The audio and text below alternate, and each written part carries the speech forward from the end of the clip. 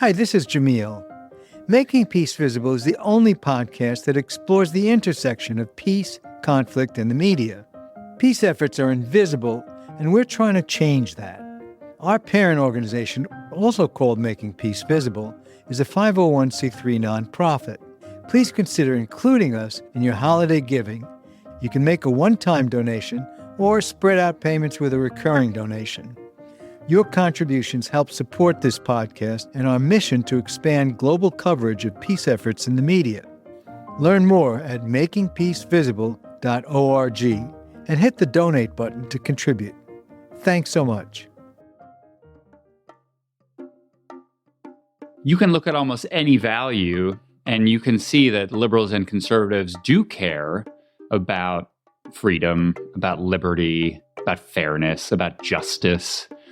But underlying those kind of similarities and values is a different worldview about who is vulnerable to suffering, right? Like who deserves this kind of moral concern. Welcome to Making Peace Visible, the podcast focused on the intersection of peace, conflict, and the media. I'm your host, Jamil Simon. America is so deeply polarized. Even getting together for the holidays can feel like a battleground for many people. Fortunately, there are people ranging from ordinary folks to scholars, politicians, the business community, religious leaders, who are looking for ways to reduce polarization. We've talked to several of them on this podcast. Today's guest, Kurt Gray, is a social psychologist who looks at polarization through the lens of morality. And he says Americans have more moral common ground than we realize. Kurt Gray is a professor at the University of North Carolina at Chapel Hill. On that campus, he directs the Deepest Beliefs Lab and the Center for the Science of Moral Understanding. He's written a new book called Outrage: Why We Fight About Morality and Politics and How to Find Common Ground. It comes out in January 2025. Of particular interest to us on this podcast, Kurt has some important things to say about how the news media and social media play into the dynamics of morality and polarization. Kurt, thank you very much for joining us today. Thanks so much for having me. Appreciate it. You know, a recent nationally televised event, the tragic murder of the CEO of UnitedHealthcare, coupled with the surprising online reaction to the assassination, presents us with a unique moral moment, if you will. The national event and the public's reaction to it touched on the research you've been doing. Kurt, were you surprised by the amount of glee expressed in the wake of his murder? I was. I mean, we are so obviously, as a society, against murder, and our moral minds really evolved to condemn obvious extreme harms, of which murder is kind of the paradigmatic example.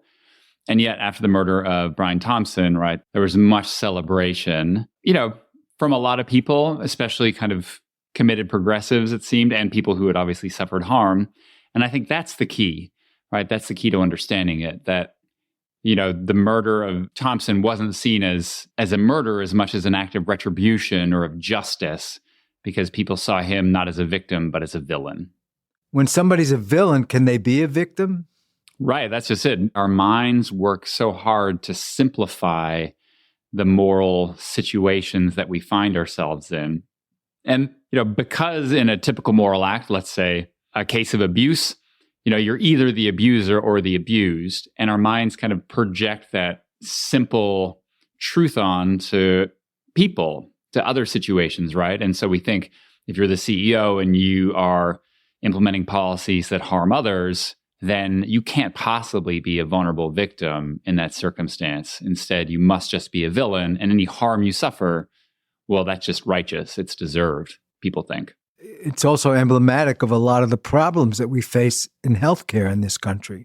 Right. There's been a longstanding feeling of being victimized by so many of the American public, right? They feel like they're not getting the healthcare that they need, they deserve, and that people are profiting off of their suffering. And in addition to murder, which we, often universally condemn, we really condemn people who profit off the suffering of the vulnerable.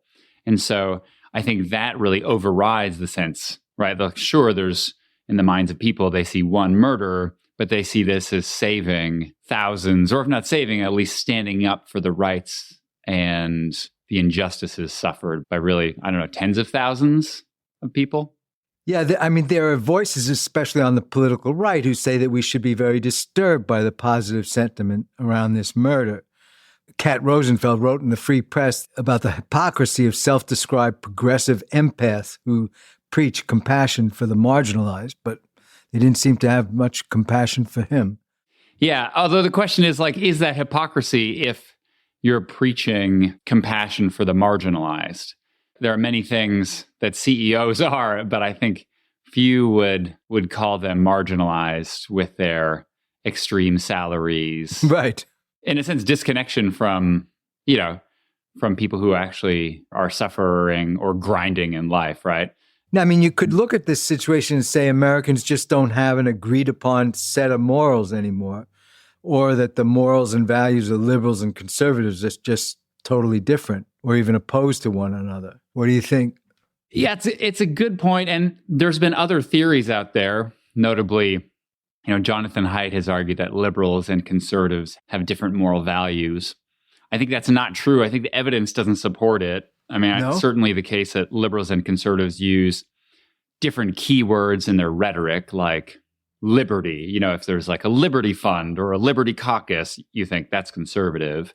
And yet progressives care a lot about liberty if it comes to women's reproductive rights or, the liberty of Black prisoners who are detained by the police, right? So I think it's not about the values.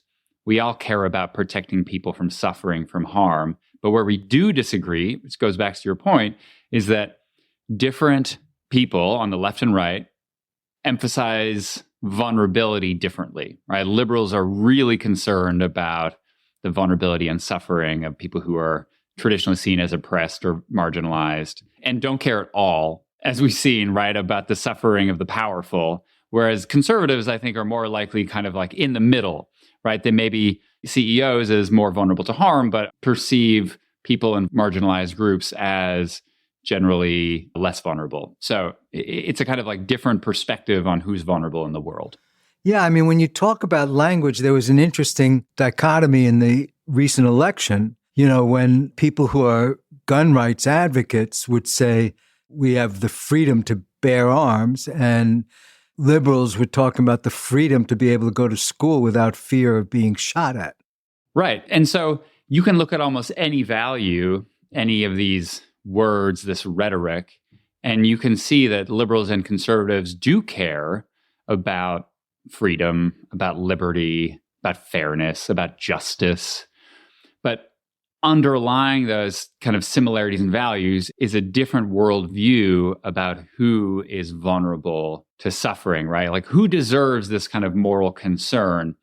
And conservatives come from this idea of like, look, it's not about group differences. We're all born individuals. We all have choices we can make. If you're cut, we all bleed. And so in that sense, there's a kind of like radical individualism that ignores group differences. But extreme progressives almost are the opposite, ignoring this kind of like latent individualism and focusing instead almost exclusively on the groups to which people belong to and which of those groups is statistically more likely to suffer, disease, violence, mistreatment. And so really different ways of viewing the world. Oppressor and oppressed, the liberals, or just a society of individuals if you're a conservative.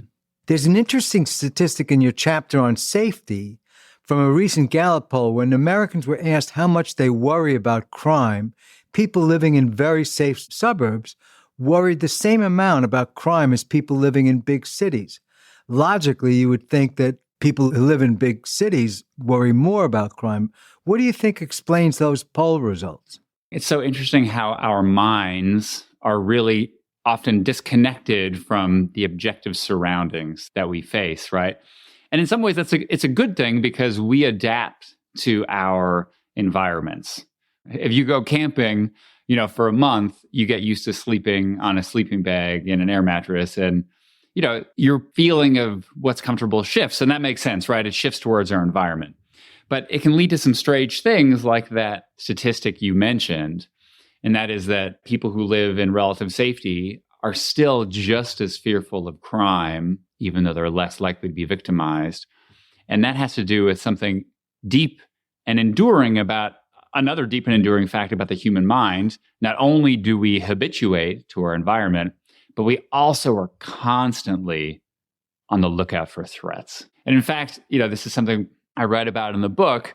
There's this general sense, this conception or misconception in science and society that humans evolved as apex predators. And so there's a sense that we should never be afraid because aren't we masters of the world and have dominion over, the beasts and the plants? Right. However, that actually is not true. We did not evolve as apex predators. We evolved as primates that were eaten by big cats. Our children were picked off by giant eagles and devoured in nests.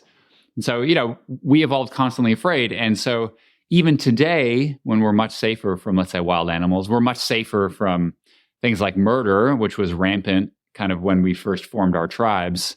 We still have this urge to find those threats because our ancestors who were like, oh, I don't need to worry about threats. They got eaten, right? They got murdered. And so we don't have their genes, And so today we're still kind of paranoid about threats and still can't help but seeing them, even if it's pretty safe.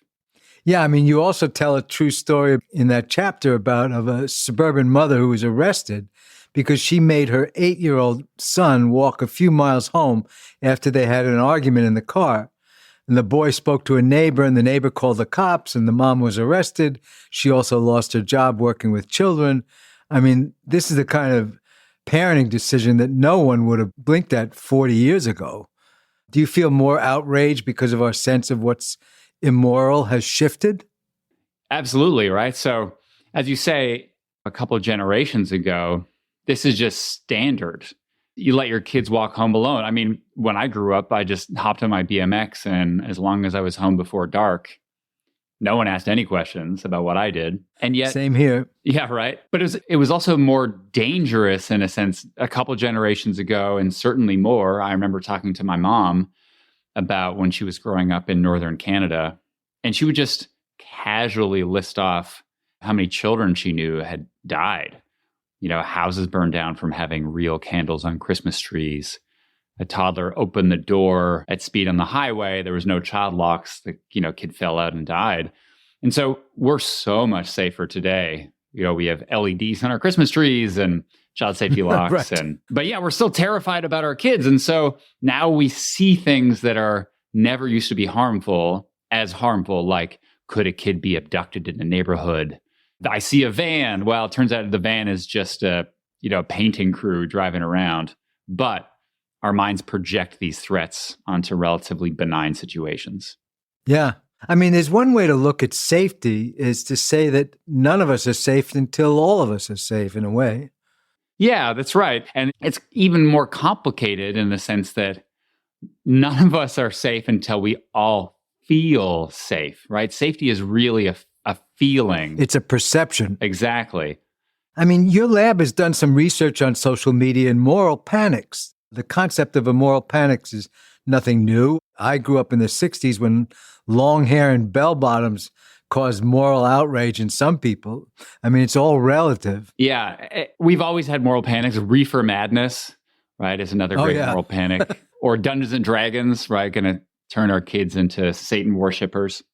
But I think social media is unique and provides a platform for a moral panic every day, right? Like as we're thinking about, long-haired hippie freaks and reefer right? Those moral panics occurred, lasted for some time, and then died down. And the panics that captivated everyone's attention took a long time to foment and make it to national news. But today, social media provides a way that we can be exposed to moral panics every day. And what drives those moral panics are two things. One, perceptions of threat, of feeling not safe. Social media has threats showcased every day, every hour. And two, moral panics are started by this idea that there's consensus. Everyone's worrying about it, and you should too. And social media provides that too, because there are virality metrics. You can actually look and there's a number. 14,000 people are worried about this threat. 1 million people are talking about this threat. And so you're like, oh my goodness, I should be panicked too. Yeah, and a lot of it's driven by algorithms that are designed to provoke anger and upset because that's what drives the metrics that makes money for the social media platforms. Exactly, right? They know what drives clicks and they know what creates engagement. And so, moral panics are just good for business, but they're bad for our psychology. And in fact, as part of the research we did, we found that people who use social media to learn about politics and who pay attention to virality metrics, those people often score above like the clinical threshold for PTSD. That's a bad place to be. Wow, that is a bad place to be. But with social media, blogs, podcasts, giving basically everybody a public platform, there are a lot more voices to whip up moral panic. And as anyone who's ever gotten into a moral argument on social media knows, you usually don't end up changing other people's minds. The outrage and insults come pretty fast. Exactly. I don't think I've ever been on Twitter or X or Facebook and thought, you know what? Oh, wow, that was such a good comment. Like, I guess I was wrong about abortion or immigration or taxes. Right. And there's like separate media environments. So people listen to some podcasts, not others. People use some platforms, not others. And so we're really having these separate ecosystems of threats and panics. And not only does it make it hard to understand the other side now, but we're seeing that the other side is now cast as the threat that's causing, the downfall of society. And so not only is like there's hippies or there's marijuana or there's Dungeons and Dragons, but like the other side is pushing marijuana and D&D and all these things on society, right? Like it's the other side that's at fault. And so that's why we're so divided, because the other side seems like they're evil. They want to destroy society. They want to burn it all down. I mean, and it's hard to completely disengage from social media at this point. I mean, it's not going anywhere. And it doesn't look like there's going to be any kind of regulation that will modify the impact of the algorithms. Absolutely. And you're right. I don't think the algorithms are going anywhere. I have a good friend who worked for Meta, and he basically found a way to decrease misinformation. And Facebook, Zuckerberg was like, no, like maybe we could, that's fine, but like we need to think about engagement. I mean, hopefully legislatures will affect some change. As you said, there's not a lot of legislation being passed, so I have my doubts. But there are things that people can do. Like we can individually, we have research on this. If you just unfollow the like 10 most aggressive, divisive accounts, you get lasting well-being changes down the road. So like stop following the people are fomenting anger and follow, I think we had NASA, follow cat videos, whatever, just general interest. People will be happier. No, I think that's a real viable strategy. I mean, there are organizations like the Center for Humane Technology and the Council on Tech and Social Cohesion. They're both developing new softwares that don't promote divisiveness. And they're also training people who moderate social media platforms, and they're training people to moderate differently. I mean, you look in Vermont, the largest social media platform is called Front Porch. I love Front Porch. Yeah, I mean, it's even bigger than Facebook. And one of the reasons why it's been so successful is because there are rules. I mean, you can't insult people. You can't attack people's ideas. There are rules of engagement. Right, exactly. And you take the kind of like worst impulses and design it so those don't come out. I mean, it's a very different way of doing it. So there's no question that it's possible. The question is the incentives. How do you change the incentives for the major social media platforms to do things differently? Yeah, I mean, it has to come either from the users or from government. But, as you say, with Front Porch, there is some demand for change. And I think learning more about it, I think we can use it more thoughtfully. But I agree, it's a tough nut to crack.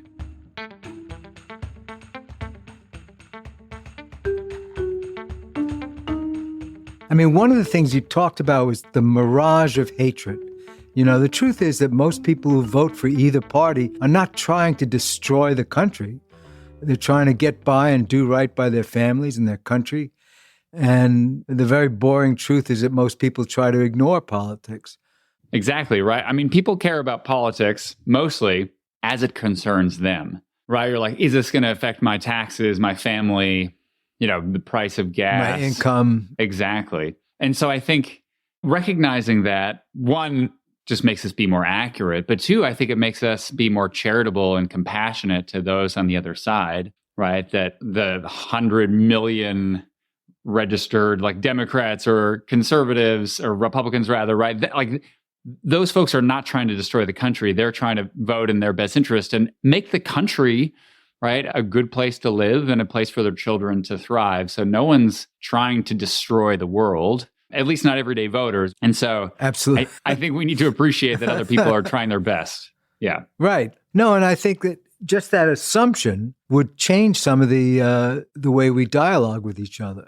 Yeah, agreed. We talk about the kind of protection narrative, right? I write about that in the book. It's like, if you understand that someone's motivated by protection, it changes how we understand them, because now you have to ask yourself, not like, what are they trying to destroy, but what are the harms that they see? How are they trying to protect themselves?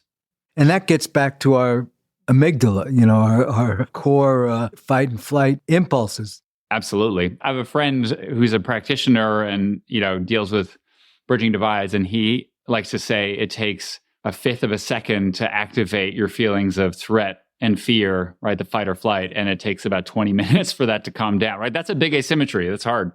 And, we're also very tribal, which leads me to my next question about information silos. You wrote about the curse of knowledge and how can understanding it help us make sense of the election results.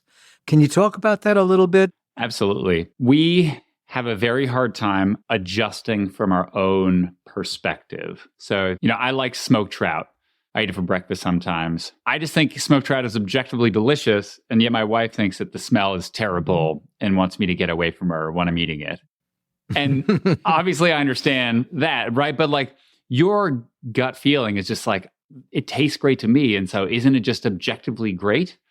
And this happens with political knowledge in a way, because once you know something about someone, right?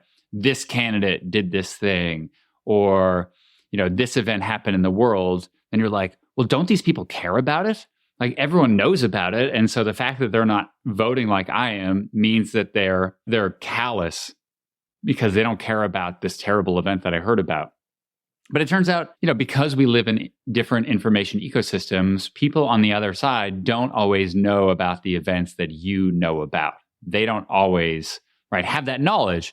And so this is the curse of knowledge, right? You have that knowledge and you think other people must have it too, but they don't. And so you can't judge people for not acting on something that they don't know. And they don't have that knowledge because they're living inside a silo, an information silo. Exactly, right? We live in such different media environments, consume different media diets, that we really know different things now. One thing that's very important from our standpoint is, what can journalists learn from the research you've done? If you were speaking to a group of journalists who were interested in reporting stories that were less polarized or more willing to change people's minds about a given topic, how do you think they could apply the lessons of your moral psychology research? Great question. And I think it's so important, right? Folks who are actually out there communicating current events and writing about different political ideas. One thing that we've uncovered in our work, and I think that many journalists already know, if not explicitly, then implicitly, is the power of stories. We often assume that the way to convince someone about some truth in the world is to use facts. If you just collect as many facts and statistics, you can convince someone about something. But it turns out in our research, we found that once you give people those facts, on the other side, they say, those are not real facts. I want real facts, not fake facts. But stories kind of has this resonance, this truth that facts fail to have in today's society. Yeah, I mean, when you look in the past election, it was clear that Trump tried to sabotage the bipartisan bill on immigration because he didn't want the problem solved. He wanted the problem to continue so he could run on it. But that story never really resonated with the public. Nobody seemed to challenge him on the fact that he sabotaged some good legislation. I think there's definitely a trend in politicians, but everyday people too, right, who identify so strongly with their party that they will deny good legislation if it's not from their party, right? They just think that the other side, again, wants to destroy America. And so if they are sponsoring some legislation, then it must intrinsically be evil.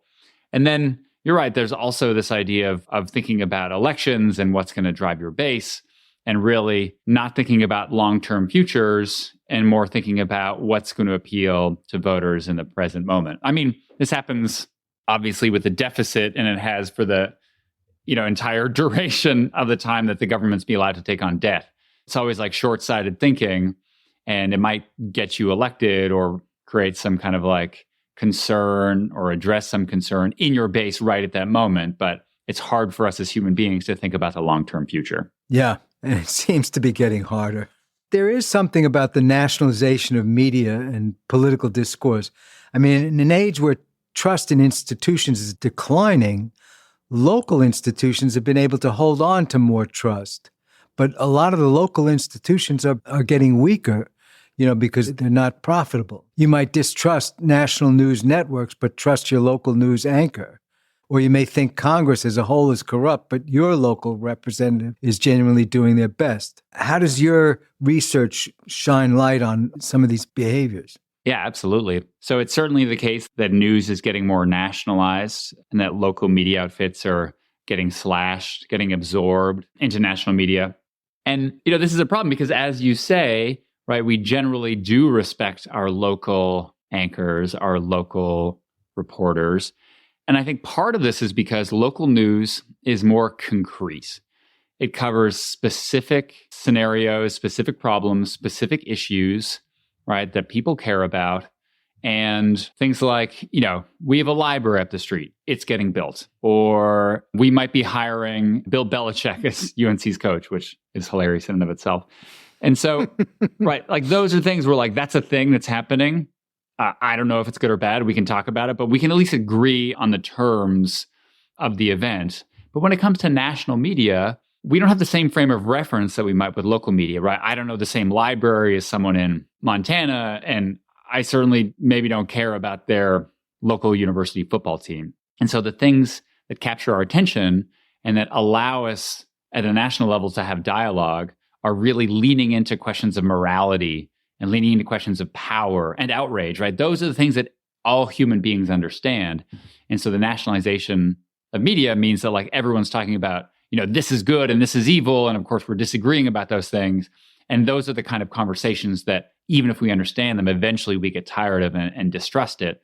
We want more conversations about like, what's the roundabout at the bottom of the hill doing when they like change that water main? Those are things we trust that actually impact our lives, but it's not what national media discusses. And so many of our political discussions, because of the vacuum created by the demise of local news networks, a lot of the political discussions are taking place online. And as we talked about before, online, it's being driven by the algorithms that provoke divisiveness. Exactly. Where we used to have offline conversations, you can kind of not only explore the nuance in people's opinions, but also see the human behind them. This is a big problem, right? Like if you're just dealing with text with someone or faceless avatars, right? It's not the same as like when I'm having a conversation with you. We're going back and forth. In fact, Juliana Schroeder is a researcher at Berkeley, and she has work that shows that when you're communicating over voice or video, you get into a rhythm, a kind of pausing and turn-taking synchrony that really encourages you to kind of see humanity on the other side that you don't get when you're just rapidly typing text messages at someone.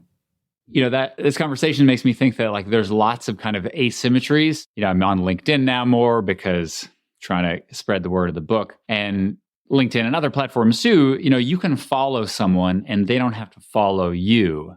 And so it creates this strange thing where like I'm connected to these people, they're not connected with me, or vice versa. And we don't feel like we're on equal footing. I'm just getting ideas disseminated to me.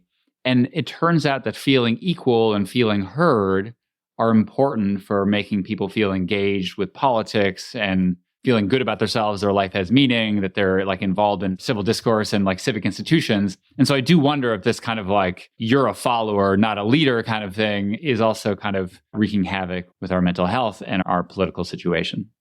You have an interesting window on this phenomenon because you teach a psychology course on moral understanding at UNC. So your undergrads, how do they receive this information? I want to say they're fantastic. They do a really great job. I mean, every generation kind of bemoans kids these days. Like the Romans did it. I always think that's funny. You just pick like a random time in Roman civilization and they're like, the golden age is over. Kids these days. Right. It is hard to imagine that the same things happened then. Right. Like the greatest generation said that about the boomers, So I think there's actually a lot of appetite for students to have these difficult conversations, to think about questions of morality. But I think they're also cognizant of there's lots of backlash on social media. There's lots of people kind of like waiting to lash out, not just in their generation, right? All generations are kind of like hyper sensitive to, things they disagree with on social media, especially.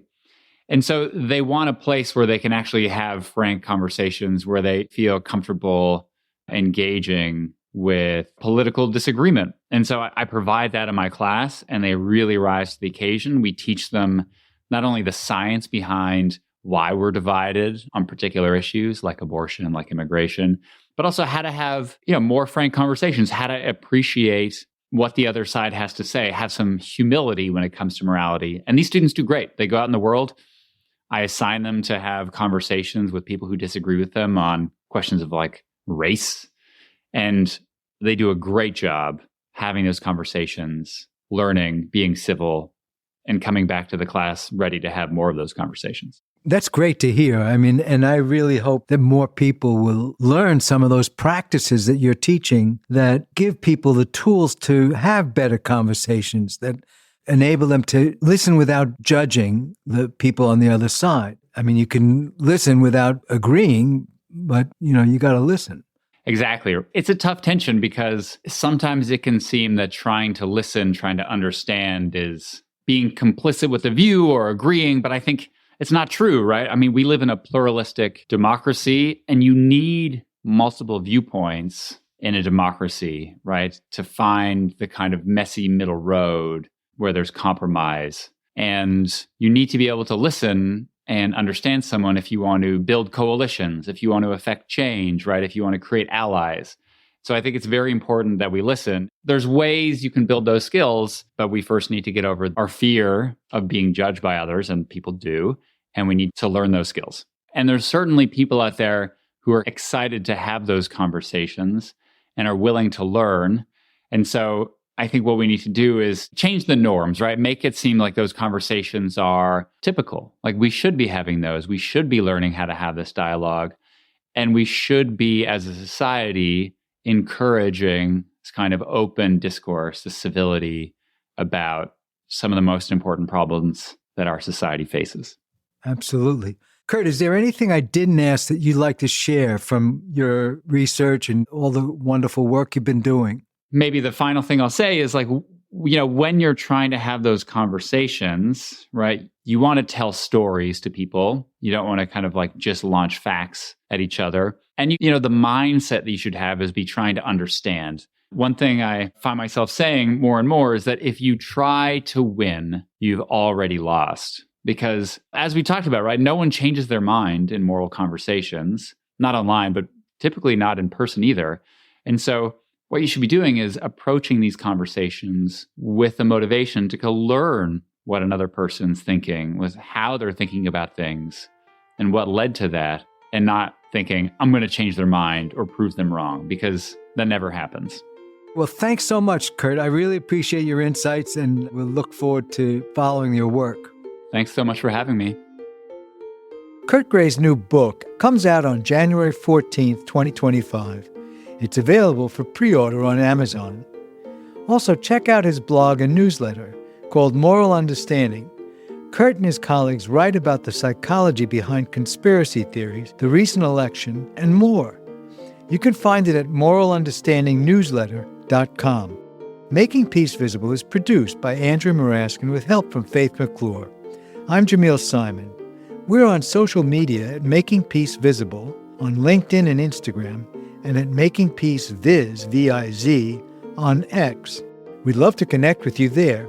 You can also email us at info@makingpeacevisible.org and let us know what you think of the show. Thanks so much for listening, and talk soon.